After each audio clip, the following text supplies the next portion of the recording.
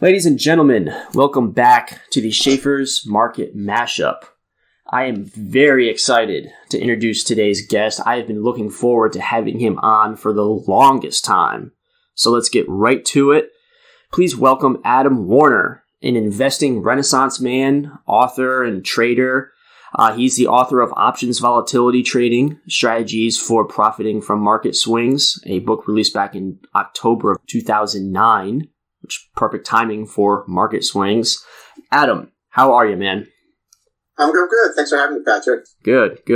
Well, I guess I want to start and congratulate you, Julius Randle, making his first NBA All-Star team, and the Knicks' first since Kristaps Porzingis in 2017-2018.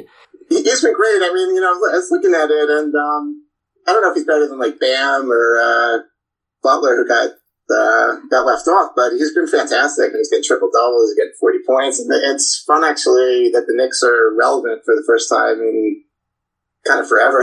Yeah, I really like the pieces they have. I have a couple of friends that in Dayton, huge Obi Toppin fan. I see a lot of Sean Marion there with him. So yeah, for like you said, I never hated the Knicks. I was always just kind of. Well, one, I wasn't threatened by them as a Celtics fan. Two, I always when they're good, it's good for basketball. So I'm happy you guys are on the upswing.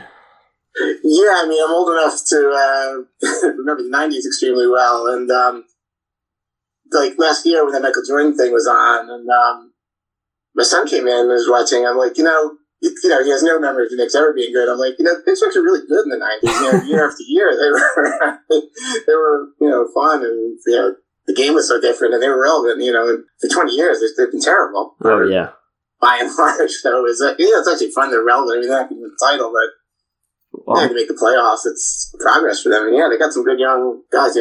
Quickly's very promising, and like I said, Toppin. I was so excited when they drafted Toppin. I thought he was great in college last year, and who knows? It's the Knicks, so what they'll end up doing is they'll trade 5 of them for. A 32-year-old superstar in decline. Well, I looked at Toppin's minutes, and it was classic Thibodeau, just like playing him 10, 11 minutes. It's like, come on, man, get him out there. Well, since you're a new guest, I want to start from the beginning. Give me a quick snapshot of your background. I know you were Johns Hopkins, majored in econ, so another fellow D3 person here, big lacrosse school. Tell me how you got to where you are today, what you're doing now, just kind of break it down. I started the business as a market maker on the American Stock Exchange. I started in late 80s, and it was a very different business back then. We had single listed options. In other words, if you wanted to trade like Caterpillar options, you had to come to the Amex. If you wanted to trade Philip Morris options, couple off the top of my head, you had to come to Amex. And so there was no, online trading didn't exist at the time. Online didn't really exist at the time. So it was a good business for a while, but by the end of the 90s, a lot of things happened to make that a poor business. They went to decimals and then to pennies, so they tightened all the markets. They exchanges started all listing everybody's options. So you now had competition with all the other exchanges, and then you had online exchanges popped up. And before you know it, the spreads went from, a quarter to 2 cents. Right. And you had to match other markets. And so there was no edge in being on the floor. So I left in 2001, and I figured as long as I can trade, I might as well, as long as I can trade online, I might as well be able to dictate my positions. So I started trading online for, about 2001. And I subscribed to some websites, and one of them was Real Money. It was under the Street.com umbrella. Mm-hmm. And they also had a site called Street Insight. And one time they said they were looking for writers. So I sent in an email, and they said, sure. So I got my first ever writing gig in started writing about options and volatility and whatnot for Street Insight. And then I went, I wanted to switch. I guess I started reading something called Minionville. And I might be dating myself. Todd Harrison. Yeah, you lost me. It was a popular site at the time. And it turned out there was a non-compete agreement between the two sites. So I had to leave. I had to take, I forget, it was either 3 or 6 months. So I started to, it was about the time blogs were getting popular. Okay. So let me just, I have a few people that read my stuff. So let me just do it in blog form. So I did it and it got reasonably popular. And my most popular topic was, oddly enough, Lenny Dykstra. Yeah, I was a big Mets fan. I am a big Mets fan. And he started writing up an options column for Kramer's, I forget if it was The Street or Real Money. And he was like making these outlandish recommendations and giving these outlandish representations of how well he was doing. It became like a running joke. He was recommending deep calls in these stocks. And he was like... Lenny Dykstra was. Lenny Dykstra was, yeah. And Lenny Dykstra, investment guru. He's had many incarnations in this life. But anyway, so here's this guy who was like one of my all-time favorite players, but he was just writing, I loved it as a kid, but he was just writing these absurd options advice columns, and he was like misrepresenting his returns. What he would do was he would like mention only the winners that he closed out, but he would like, let's say he had one that went against him, he would like literally never mention it again. So he would claim like he had like, 99% winners, which he very well might have. But what he didn't mention was like the losers were, like the winners were tiny and the few losers were just absolutely enormous. And if you actually looked at the numbers, the losers totally wiped out any wins he had. And anyway, obviously, so I did this, and it once got picked up at Deadspin because I think they covered him once, and I sent an email, like maybe clarifying what he had done, and then they linked to my site, and they blew my site up because I got so many hits just from the Lenny Dykstra. And anyway, long story short, Lenny obviously did a million other things that got him into trouble beyond his option thing. Well, that's the long story short is never meet your idols, really. Right, exactly. I did correspond once on Twitter once, but it was about like a music video, I think. I don't think I never mentioned that I used to write about him. But anyway, so from the blog I started doing, the whole blog thing got outdated, really, with Twitter and whatnot. So I just started doing freelance writing after that, which led me to Schaeffer's, and I wrote for column for Schaeffer's for a number of years. And plug here, I love Schaeffer's, love the people. Yes, there we go. I was sitting there waiting, like, here we go. Come on, let's get it. No, everyone I ever dealt with was just so nice, knowledgeable, and I really loved it. I just kind of ran out of like daily ideas and telling people. I don't know how many times I could tell people, some of these esoteric option products are, fine to trade short term, but they're really bad long term. So right now I don't write much anymore, but I trade, I invest. I do more long term investing now. I don't do much in the way of short term trading. So just, life. Well, it sounds like you've had your hand in everything, and your Twitter profile, which, we'll get into that later, says in VIX we trust. So that's kind of where I'd like to start. Sure. What is a VIX crush, and did it play a role in the recent highs and the, subsequent pullback from 2020 into 2021? In the past week, we had that very brief dip below 20. Unpack that a little bit, to start. Well, I think VIX is better looked at as reflecting what's happening as opposed to predicting. So I think just cover VIX is a perpetual 30-day at the money-ish option on the SPX, and it measures the volatility of that. So it's ostensibly predicting what the volatility of the market is going to be over the next 30 days. But when you look at the numbers, like I used to run numbers I believe I did this from a book, where if you offset VIX and say, like, how's it do predicting the future versus how's it do just predicting what just happened? And I don't remember the exact numbers offhand, but it correlated almost nil with going forward, and it correlated an awful lot with what just happened. So a bit of the crush might be, the market was very strong, and then it kind of tapered off, but hasn't really, it's drifting a bit now, but it's not like doing anything too violent. And I think the crush is more just reflecting, like, it got kind of high last year, and it's still, 20 is still a historically high number. Let me just look this up real quick. The all-time median is about 17.5. Yeah. So, we're still, even at 20, which seems low compared to last year's, it's still on the high side all time. So I think it's just, sort of drifting off the high number. What's happening below the surface is the realized volatility, the actual volatility in the SPX that is absolutely imploded. That was in, the 30s, the 40s, the 50s last year, the 20s recently. It's down to about 6. That's a very low number. Yeah.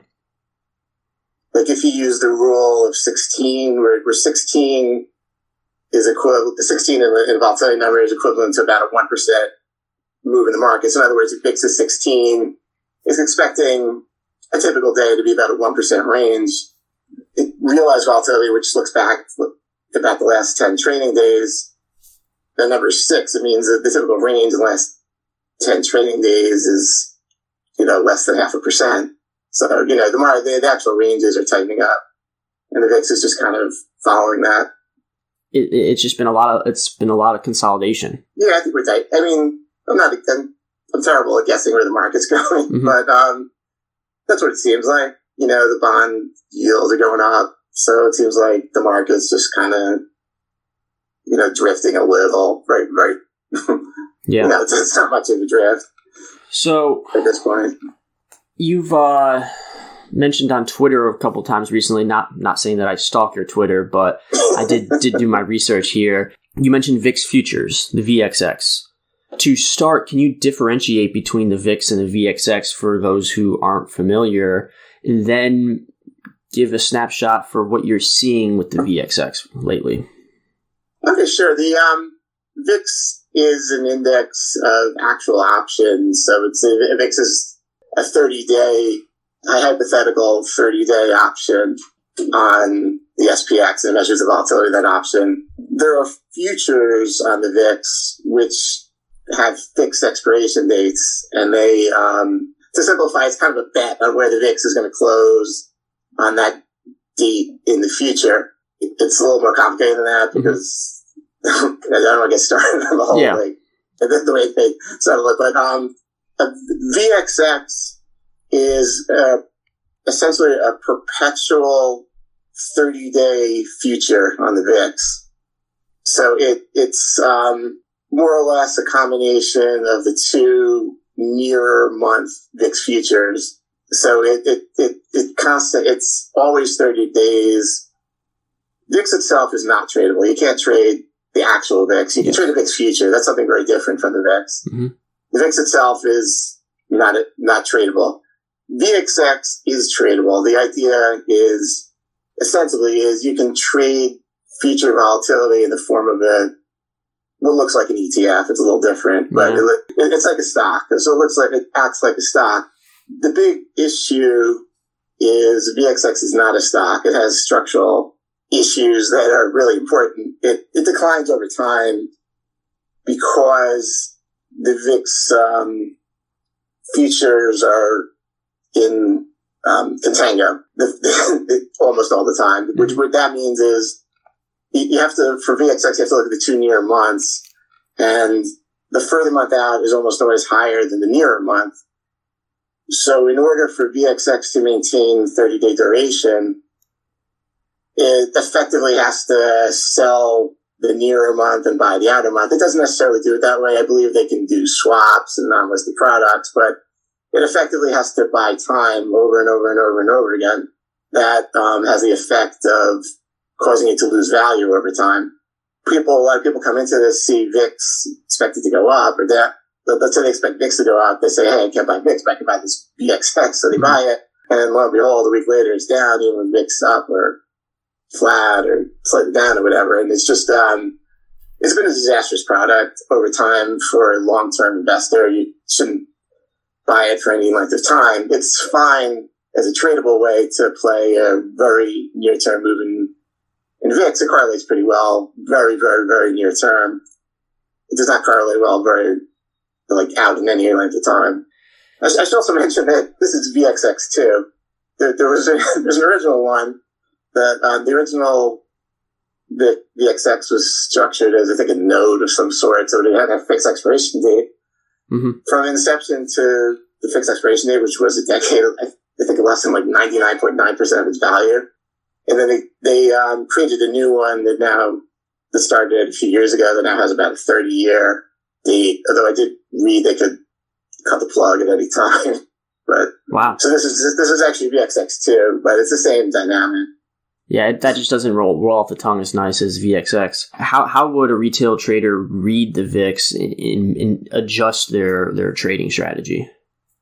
I think VIX is a very good proxy for how good the market is for traders in general. It's a bit like the pool of available profits. A low VIX means you really got to trade tightly, and you technically have to play it because if you want to get certain returns and whatnot, you need to trade more, trade bigger. Mm-hmm. So with the VIX higher, it implies that the trading pool is just, the pool potential profit is just bigger, so that you can branch it out to, momentum stocks, whatever, just a higher VIX environment is just a better trading environment.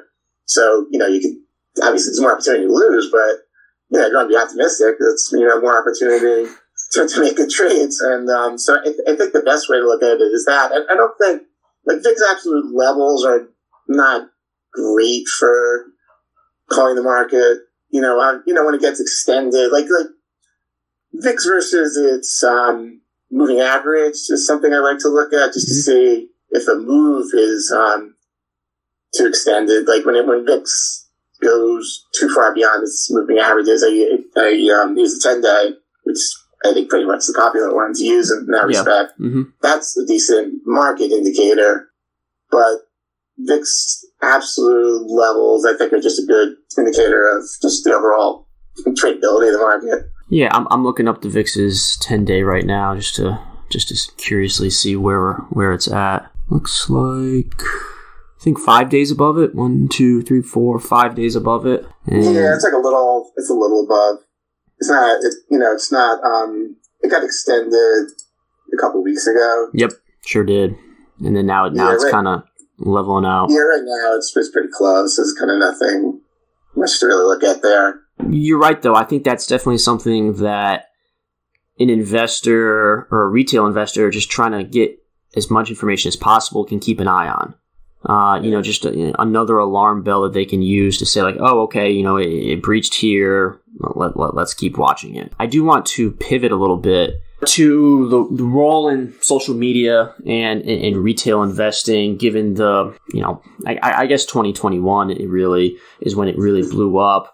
Don't want to focus too much on the GameStop stuff and everything. That's been played over. I'm so sick and tired of seeing that GME ticker. But I do want to focus on the fallout. You are very active on Twitter. I want to try to understand how a retail investor can parse out good data from bad data. There is so much out there when you look on StockTwits, on Reddit. How does one kind of separate the real from the fake there? And how has that impacted your own trading mindset? That's a good question. I've never gone on Reddit, so I don't know exactly how that works. I did used to be I was one of the original StockTwits people. I guess one of the ones they recommended was probably, God, that must be 12, 13 years ago. I don't remember exactly, but I guess it can't be because Twitter, it must be a little more recent than that. But StockTwits is better in that they don't just recommend anybody. You have to have a bit of a track record for them to plug you and plug your material. It's difficult. I think as a general rule, if someone's putting their name behind it and putting actual picks or advice in real time, that stuff's good. You always got to watch out for like people that put out just the winners, to try to show you how good they've done. It's hard to trust. I don't want to use this as a total blanket rule, but when someone's not putting their actual name behind it, that always good. I think it creates a higher bar. I understand some people just can't for maybe regulatory reasons or for some other reason. But I just think you should have a higher bar if the person's not attaching their name or attaching real time numbers and trades and whatnot. So it's dangerous because I think like you said with GameStop, that was a winner, but no one talks about the countless ones where they pile people like bad ideas. They'll pile them at the top and piled out at the bottom. And I would just recommend being careful. Just look at people who have a track record. I think in the same way that when you're reading a news source these days, you have to look and see, okay, who is, who owns this organization, who owns the media. You have to do research not on what the person is saying, but who exactly is saying that. And I think that gets glossed over sometimes where someone can, you can look up someone's charts that they're peddling and it can be an echo chamber of like, yeah, I really agree with that. But then look and see where this person has come from. I think it is another step that needs to be taken. With that said, what are you looking at really in the next 6 months or so? Because we've got, Johnson & Johnson's vaccine is awaiting approval from the FDA. So 6 months to a year, what are you keeping your eye on? Well, I'm totally optimistic societally with the vaccines, and I think if anything, they're being undersold. I think you see too many articles of caution, and it's like, if you look, they're doing a great job of stopping, severe cases, and it's no. They just don't know the answer on like these symptomatic cases. They might be good stopping that too, but they're demonstrably doing a good job with severe cases. So I'm very optimistic in the real world economy. I guess the question is more: did the market price this in already? Because it's been going up for in anticipation of this recovery for a while now, and that's where I'm a little questioning: are you going to get like a sell the news type thing, as the numbers demonstrably get better? You're seeing, I'm not at all remotely an expert on bonds, but are the bonds telling you that, hey, the economy really is going to recover? And, are we now going to start worrying about inflation and, whatnot? And, start, have we priced in the recovery? Or are we now going to start pricing in, the not great effects of too fast a recovery? But I'm not bearish, but it's like, it is, there's a question, like, how much of this is already priced in, and we're mostly there at this point in the actual market. Yeah, I think it's, I remember the day after they officially declared Biden the winner, there was also vaccine news. I can't remember which one. And there was the Pfizer news, I think. Yeah, I think it was the Pfizer. And there was a huge explosion. And it was just one of those days where everything was just, shiny, perfect, and new. and you wonder now, 3 months later or so, was that it? And I feel like that is kind of the question people need to kind of start asking themselves and saying, like, how do I get ready for a potential correction and whatnot? So, I feel like keeping an eye on the VIX, keeping an eye on the VXX are ways to strategize when it's coming. Am I correct in saying that, or? Yeah, I think a good way to look at VXX is it behaves very much like a market put. Like it decays for a different reason, but it is a reasonable hedge against downside. And a hedge, if it loses money for you, isn't necessarily the worst thing in the world, because it might imply you're doing well with everything else. Exactly. So a market hedge, the same way you would look at maybe buying some puts against a portfolio, owning VIX or VXX. I wouldn't recommend this, but I would just say, like, it has similar behavior to if you bought an index put. So it's not terrible in that respect. The dynamics of the decay are different, but the effect is the same. An option decays because time's running out. Right. And VXX decays because the contango issue of rolling futures, more or less. One final question: who finishes with a better record this year, the Red Sox or the Mets? Well, that's easy, the Mets. You know what? I'm afraid to say I am agreeing with you. We have Captain Moneybags now owning the team. The Red Sox, they're taking profits right now. Just, the Tampa Bay Red Sox over here. It's what about, are you Jets or Giants? I'm a Giants fan. My family had season tickets from when I was a kid, and then we until they switched stadiums and they made you buy these. It was at the time those public seat licenses were big, and it was like throw money down for no reason. Got it. I just wasn't going as much at the time anyway, so I gave them up. But I am a Giants fan. They're periodically great. Yeah. Their highs are very high. They won a lot of Super Bowls versus how good they generally are. So that's fun. Hey, but it's a Super Bowl. That's all that matters. Well, then I guess the last one will be better record, Giants or Bengals. Well, I like Joe Burrow better than Daniel Jones, I have to admit. So, I don't know. I mean, I don't love the way the Giants have I think managed the last few years. I think we got you. A little better this year. I think we got you on that one. Yeah, I think the Bengals long term. They got another high pick this year, I assume, and I think they're headed the right direction. Giants feel like the Giants division is terrible. The Bengals are in a good division, so that's one factor in Giants' favor. But the actual team, I think the Bengals are better going forward the next couple of years. Well, we'll see. Hopefully, there will be actual people in the stands this fall. Yeah, hopefully. So, but that's about it from me. Adam Warner, thanks again for coming on. Do you have anything you'd like to plug or last minute things you want to, sign off with? No, I just like to tell everyone, get your vaccine. It's going to help everyone. There you go. Hey, my parents. As soon as your time's on the line, go get it. My parents are getting theirs today and tomorrow. So, oh, great. So a lot of good feelings in the Martin family right now. So yeah, go get that jab. Exactly. But other than that, thanks again for coming on. Maybe we can do a summer episode and check in on all our teams and kind of recap what's been going on. I anxiously await my Mets victory lap. So thank you. Thanks for having me. Yeah. All right. We'll sign off right there. Thanks again, everybody. Cheers.